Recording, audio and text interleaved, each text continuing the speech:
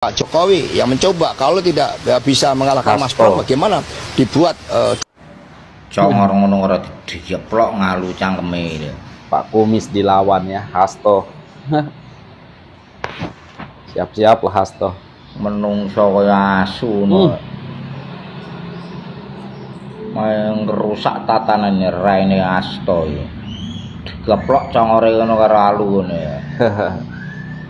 Sogate mau diguyur tayasu raine lho. Menungso serak kanggo gawe ngono lho. Setiap hari sujon terus. Monyet, kamu jadi sekjen PDI itu manfaatnya buat rakyat apa? Kamu cuma ngumpulin harta rakyat, kamu garong kan? Cangkem-cangkem anj. Wow. Kalau bukan karena PDI Perjuangan, Bapak Jokowi itu bukan apa-apa. Hey! So ganti warna torang, so ganti warna sayang, so ganti sayang so ganti warna torang. Nyana nanti lagi dengan warna itu kok mau jadi. Ya. Warna biru ya. Kalian tahu berita ini guys, jadi ada anggota DPR RI dari fraksi PDIP dijatuhi hukuman oleh MKD DPR karena melakukan video call seks dengan wanita. Kader PDIP lagi. Apa mungkin ini salah satu tujuan untuk internet gratis? Wah, ya guys, hai, assalamualaikum warahmatullahi wabarakatuh guys. Nah jadi ya kan guys, ini Pak Kumis ini lagi marah-marahin siapa namanya? Hasto ya kan. Memang wow, keras sekali lah ya kan kalau Pak Kumis ngomong ya, berkomentar. Pokoknya Pak Hasto sudah dianggap apa ya, cacing kayaknya oleh Pak Kumis ya kan guys. Oke, langsung saja ya kita simak ya kan kesombongan PDIP ya kan. Yang dari Hasto ya, Deddy Sitorus, pokoknya Bu Megawati semuanya sombong, dan nanti kita dengarkan bersama-sama apa tanggapan netizen di sini ya kan guys. Ini dia videonya.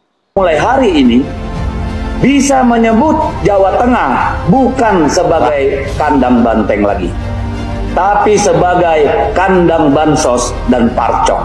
Jadi dari Jawa Tengah, PDI Perjuangan kandangnya sekarang di ibu kota Jakarta. Bisa menyebut Jawa Tengah bukan sebagai kandang banteng lagi, tapi sebagai kandang bansos dan parcok.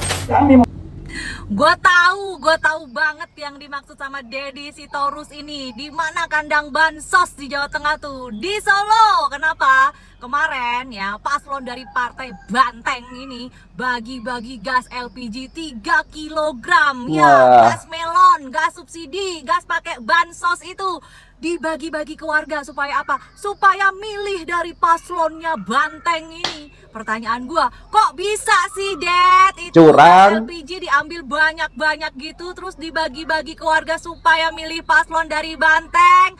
Kok bisa? Gimana itu? Gas LPG, gas melon 3 kg, bansos.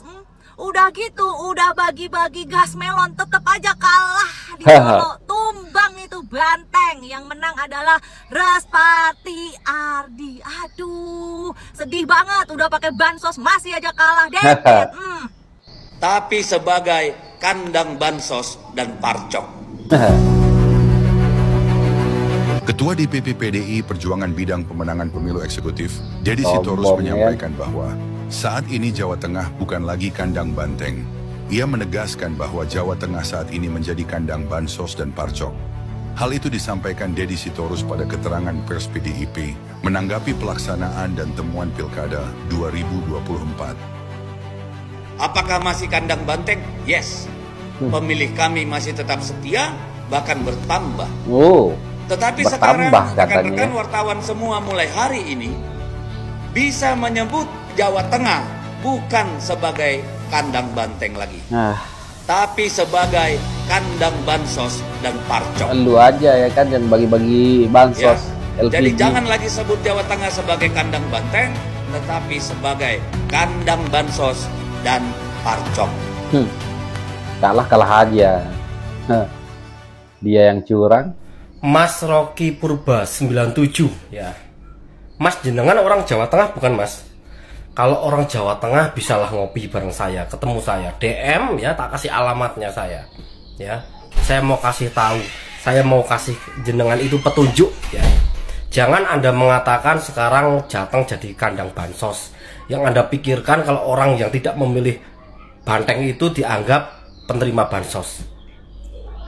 Dalam politik ini pasti ada bagi-bagi bansos, bagi-bagi duit, tapi tidak semua menerima, bos. Dan saya mau menunjukkan jenengan, bahkan orang banteng aja di sini ada yang bagi-bagi duit, bagi-bagi bansos di saat pemilu sampai di pilkada kemarin. Saya tunjukkan, bos. Saya tunjukkan. Itu orang banteng itu, bos. Apakah cuma banteng aja? Ya enggak, ada dari partai-partai lain. Itu saya akui. Tapi jenengan jangan langsung mengklaim ya, seakan-akan orang Jawa Tengah ya yang tidak memilih banteng itu dianggap penerima bansos. Enggak semuanya, Mas, ya. Enggak semuanya begitu. Anda sama saja penghinaan. Anda orang Jawa Tengah bukan? Kalau bukan orang Jawa Tengah ya main ke sini. Kalau orang Jawa Tengah pun bisa lebih gampang mudah ketemu saya. Gitu aja, ya. Jangan penghinaan jenengan, jangan menyebarkan hoax jenengan, seperti itu. Tunjukkan jenengan pendukung yang banteng itu yang benar juga gitu loh. Nggak seperti ini, kalah terus Anda menghina orang lain ya, itu nggak bisa dibiarkan sebenarnya ya. Jenengan hati-hati kalau ngomong, Mas, tutur-pitutur jenengan ya lebih sopan lagi seperti itu. Jangan menyebarkan isu ataupun berita bohong ya, seperti itu. Jangan menganggap partai Anda itu paling bersih. Jawa Tengah bukan hanya kandang banteng, namun menjadi tempat persemaian gagasan nasionalisme dan patriotisme. Saya melihat energi pergerakan rakyat, simpatisan, dan kader yang militan dan seharusnya tidak akan terkalahkan di pilkada, dilakukan secara fair, jujur, dan berkeadilan. Sebenarnya ketika Ganjar kalah di Pilpres kemarin, apalagi di kandang sendiri di Jawa Tengah ini sudah tidak bisa disebut lagi kandang banteng. Ya. Apalagi di pilkada kali ini, calon-calon baik bupati, wali kota, bahkan gubernurnya tidak pede lagi memasang foto Megawati, logo banteng. Apalagi sampai panik kemarin ada yang bagi-bagi stiker Ahmad Lutfi berbackground Prabowo, sedangkan Andika Prakasa berbackground Megawati. Dan lucunya lagi, ketika di Jawa Tengah ini kalah, mereka berkuar-kuar bahwa ini tidak adil, tidak jujur. Ini penuh dengan kecurangan. Ya. Tetapi ketika di Jakarta menang saja, nggak ada tuh kata-kata, wah ini tidak jujur, tidak adil. Ya, diam ya kan. Malah mereka membangga-banggakan, oh tuh kan tidak ada tuh yang namanya Jokowi efek. Hanya menjual nama Anies dan Ahok saja bangga. Mana merahnya? Mana merahnya? Operasi jahat ya. Yang jelas saya berbangga hati bisa mengalahkan calon dari hasil operasi jahat. Makasih. Operasi jahat yang mana? Abang aja yang terlalu sudah. Pemirsa, Saya tadi bersama tim Ridho, kami itu langsung rapat dan siap untuk putaran kedua. Jadi kembali lagi, ini belum ada yang menang kalau di Pilkada DKI. Angkanya sudah 50, berharapnya boleh 2 putaran. Yang jelas saya berbangga hati bisa mengalahkan calon dari hasil operasi jahat. Makasih. Operasi jahat. Operasi jahat yang mana? Abang aja yang terlalu sudah. pemirsa. Untuk PDIP ya, kalau udah kalah itu kalah aja gitu loh. Kalian tuh tidak belajar dari Pilpres kemarin. Di Pilpres kalian tuh kalah gara-gara apa? Gara-gara kalian tuh selalu menghina Jokowi, selalu tuduh Jokowi yang tidak-tidak gitu loh. Harusnya kalian tuh berkaca kenapa di Pilpres kemarin kalah. Bukannya malah gitu, Pak Hasto malah bongkar rahasianya Pak Jokowi. Dan dia bilang Pak Jokowi itu ya kayak gini kayak gitulah ya. PDIP ini terutama untuk Pak Hasto ya, dia tuh selalu merendahkan Pak Jokowi. Itu makanya di pilkada mereka itu kalah lagi gitu loh. Jadi jangan salahkan kekuasaan. Harus kalian tuh berkaca lah sama Pilpres kemarin. Semakin kalian rendahin Jokowi, semakin kalian benci Jokowi, kalian akan semakin tenggelam. Percaya deh sama saya. Jangan lawan orang cantik seperti kata Pak Bambang ya. Jangan selalu melawan orang cantik, karena kita melawan orang cantik itu percuma. Dia tuh lebih cantik daripada kita. kalian selalu menuduh Presiden Joko Widodo, masyarakat itu bisa menilai.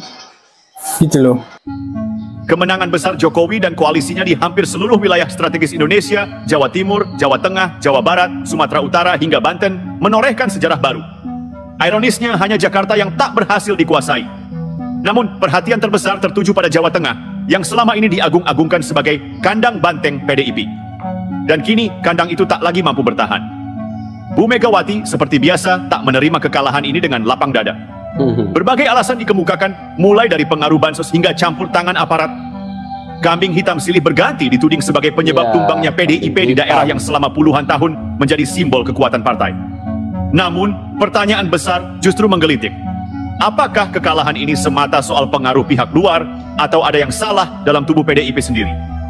Hasto, Dedi, dan kroninya pun ikut bersuara.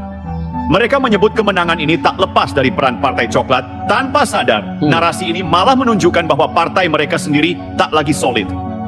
Sebuah ironi, bukan? Ketika dulu menguasai panggung, mereka menyebut kemenangan adalah cerminan kehendak rakyat. Kini, saat takluk, justru rakyat dianggap korban mobilisasi kekuatan tertentu. Jadi, yang benar itu apa? Lalu ada Jokowi, tokoh yang tetap tenang seperti biasa. Seakan-akan kekalahan PDIP di Jawa Tengah bukan soal besar. Tapi jangan salah, peran Jokowi dalam dinamika politik ini justru yang paling signifikan. Dengan popularitas dan tingkat kepuasan publik yang melambung tinggi, Jokowi memainkan perannya sebagai kingmaker dengan cara yang elegan atau licin, tergantung dari mana Anda melihat. Belusukan ke sana-sini, Jokowi mendukung Lutfi dan Yasin secara terselubung. Tanpa pernyataan resmi yang mengguncang, cukup dengan gestur dan kehadirannya, ia mampu menggerakkan simpati massa. Sebuah permainan politik yang begitu cerdas. PDIP mungkin masih mengandalkan nostalgia kekuasaan masa lalu, tetapi Jokowi membuktikan bahwa kekuatan lapangan lebih penting daripada sekadar klaim simbolik. Kekalahan PDIP di Jawa Tengah adalah lebih dari sekadar angka. Ini adalah sinyal bahwa politik berbasis simbol, seperti kandang banteng, tak lagi relevan dalam konteks politik modern. Publik sudah lelah dengan retorika tanpa substansi. Kekalahan ini menunjukkan bahwa bahkan di basis terkuat sekalipun, rakyat bisa berubah pikiran jika mereka merasa kecewa atau bosan. PDIP selama ini mengandalkan sejarah dan kejayaan masa lalu. Tetapi lupa bahwa politik bukan hanya tentang siapa yang dulu menang, tetapi siapa yang mampu bertahan di masa kini. Bahkan, klaim ideologi yang mereka pegang seakan tergerus oleh pragmatisme yang justru lebih dikuasai Jokowi. Ini seperti melihat banteng perkasa yang jatuh karena salah strategi, sementara kuda hitam dengan cerdas memanfaatkan momentum. Jangan songong kalau kalah. Dan di sini, pelajaran politik terbesar muncul. Kalah bukan hanya soal angka, tetapi juga sikap. Saat Bu Mega dan elit PDIP sibuk mencari kambing hitam, publik justru melihat mereka seperti anak kecil yang tak siap menerima kekalahan. Perdebatan di layar kaca menjadi ajang sandiwara politik yang lebih mirip reality show daripada diskusi berkelas. Sebuah ironi, mengingat PDIP kerap mengklaim sebagai partai yang besar dan matang. Tentu kalah memang berat. Tapi apakah tidak lebih baik jika mereka bercermin dan bertanya, mengapa rakyat, bahkan di basis terkuat mereka, mulai berpaling? Di Jawa Tengah, Jokowi membuktikan bahwa politik bukan lagi tentang partai, tetapi tentang kepercayaan publik. PDIP terlalu lama mengandalkan klaim bahwa rakyat akan setia tanpa syarat. Mereka lupa bahwa loyalitas politik harus dirawat, bukan dimanfaatkan terus-menerus. Belusukan Jokowi adalah simbol bahwa rakyat ingin figur yang terjun langsung, bukan sekadar mengandalkan nostalgia. Dan kemenangan Lutfi serta Yasin menjadi bukti bahwa rakyat tak peduli seberapa besar simbol partai, selama figur yang mereka pilih mampu meyakinkan dengan aksi nyata. Drama politik 2024 ini mengajarkan kita banyak hal. Pertama, politik berbasis simbol sudah usang. Kedua, rakyat semakin kritis meski masih terjebak dalam permainan kekuatan besar. Dan ketiga, kekalahan harusnya menjadi momen introspeksi, bukan sekadar mencari alasan. Namun, tentu saja, ini politik. Di balik setiap kekalahan, selalu ada kambing hitam. Dan di balik setiap kemenangan, selalu ada klaim kesuksesan. Jadi, apakah kita benar-benar melihat perubahan? Atau hanya permainan lama dengan wajah baru? Jawabannya ada di tangan rakyat. Tapi, apakah mereka masih percaya bahwa suara mereka benar-benar punya arti? Atau ini hanya sekadar ilusi dari demokrasi yang perlahan kehilangan jiwa? Kekalahan memang menyakitkan, tetapi respons terhadap kekalahan seringkali lebih mencerminkan karakter seseorang ketimbang kemenangan. Pantesan unggul, Pramono Rano main curang. Nah, ternyata curang guys. Tuh, Surat suara sudah dicoblos ya. Kecoblos, ya siap. Boleh dilihat Pak, coblosnya? Nggak usah, itu aja dulu Pak, coblosnya dulu. Coblosnya siapa? Masuk ya udah. Gambarnya? Iya. 03 ya? 03. 03 lagi ya. Cukup 3 aja berarti sudah terwakilkan kan? Atau semuanya aja? Semua, semuanya aja ya? Semua. Oh siap. Karena kan bisa jadi belum semua. Oh ya siap. Ya 03 lagi. Ya betul. Ya. Ya guys, ternyata curang juga ya kan guys. Ya, pantesan aja menang di Jakarta ya kan, masih unggul ya. Ternyata mereka curang ya kan. Tetapi kita lihat aja lah ya kan, kalau terjadi putaran kedua ya kan, aku yakin Banteng tidak akan diberi ampun ya kan. Karena sudah bisa dibilang masyarakat sudah muak ya dipimpin oleh calon-calon yang diusung oleh PDIP. Ya termasuk aku juga muak lah ya kan guys. Karena kesombongan mereka, kader mereka, apalagi ketum mereka ya kan, semua sombong ya. Jadi di 2029 guys, mari kita ratakan Banteng. Dan ya, aku yakin di 2029 Banteng perlahan akan musnah. Guys, apapun tanggapan kalian silahkan komen di bawah. Dan ya, sampai di sini untuk video kali ini. Dan sekian, terima kasih. Assalamualaikum warahmatullahi wabarakatuh. Bye.